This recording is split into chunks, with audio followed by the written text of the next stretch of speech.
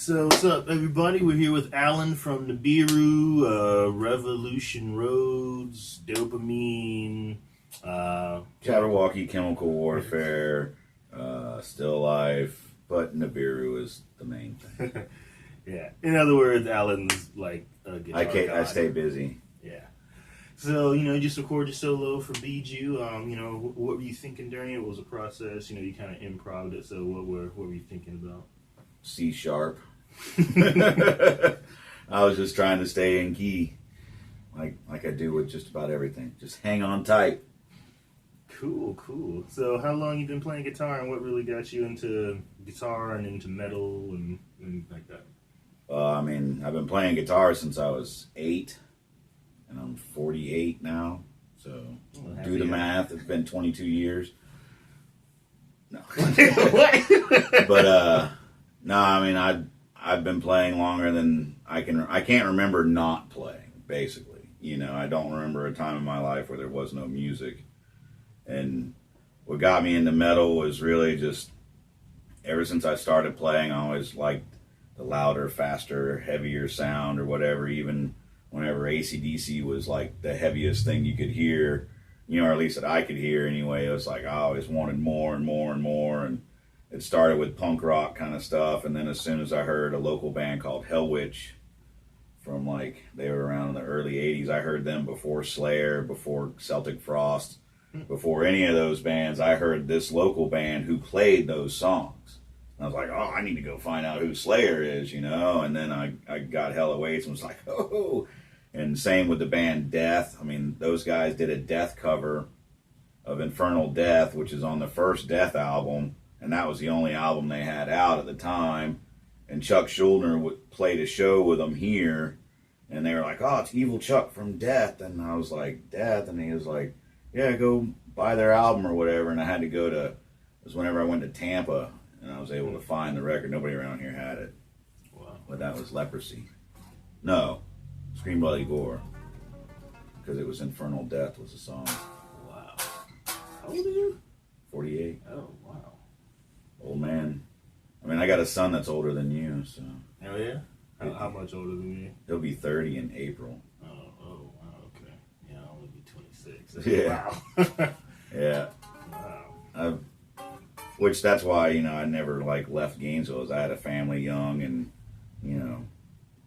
did that all while I was still playing music, but it was always family and then music and as soon as all the kids got older, I was like, all right, now I can play again. I can still play, and then I just took those 18, 20 years to practice, but still did Dopamine and Jabberwocky, and Misery Index was another band I had at the time, and did albums with all of them.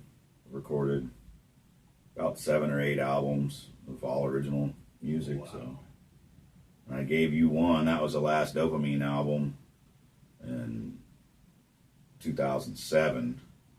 So now I'm recording the Nibiru album 2019. So it's been a little while since I put together a full album's worth of music. Everything the last few years was tribute bands or bar bands or whatever, just to keep playing. But the Pantera stuff, that was fun. Cool. You said you got a Nibiru album coming out. What else is in the pipeline for you? Well, the Randy Rhoads project's the main thing besides Nibiru that I'm working on, but we'll do a few shows before the end of the year, and Gainesville debut is going to be December 6th at the High Dive. And then I still got my Slayer tribute band, but those guys are all in Orlando, so we just get together whenever we can. The drummer for that band's in Druid Lord. He's also in a Ghost tribute band and an Iron Maiden tribute band, so he's just as busy as I am. And but his main band, Druid Lord's getting ready to go play in Denmark and stuff. Whoa! Yeah, they're going overseas, and wow. So congratulations. Oh, I know. I'm pretty envious and happy for them too, because they've been slugging it out for a long time too. I've known all those guys for a good while. I just stay busy. Who knows what's going to happen next year? 10 more cover bands you could be in. No, that part's kind of slowing down the appeal of learning all this other songs doesn't appeal to me as much as it did, because I was always looking to try to learn new stuff. And now it's not that I know everything by any means, but I'm ready just to like put the knowledge I've learned into creating music. I'm trying to build a studio at home, and once that happens, I'll learn a song for fun or something, but no more tribute bands, unless I can't even think of another band I'd want to do a tribute for. I mean, the Randy Rhoads thing is like my roots, and the Pantera and the Slayer is like the stuff I love to do, and the Opeth. I mean, I've learned a lot of songs, and my brain can only hold so many. Yeah, especially after Overdrive. Yeah. I went all over the place. I did like Avenged Sevenfold, Dio, like Megadeth. Yeah, Judas Priest, Megadeth, Metallica. I mean, we played my favorite Megadeth song, what's the name of it? Was it Sweating Bullets? No, dang it. Symphony of Destruction. Which album was it off of? Oh, Foreclosure of a Dream? No. Oh, what is it called? Oh, do you remember in my darkest hour. Oh, okay. There you go. It was like right there. I just couldn't think of it. But in my darkest hour, off So Far So Good So What, which when they were all drugged up on heroin, but it's like a really good song. And I've never done heroin. So. Sweet. Yeah, that's Allan right there from Nibiru and many other bands. With the gray beard. Yeah, it's a little Scott Ian impersonator if you ever decide to do an Anthrax tribute band.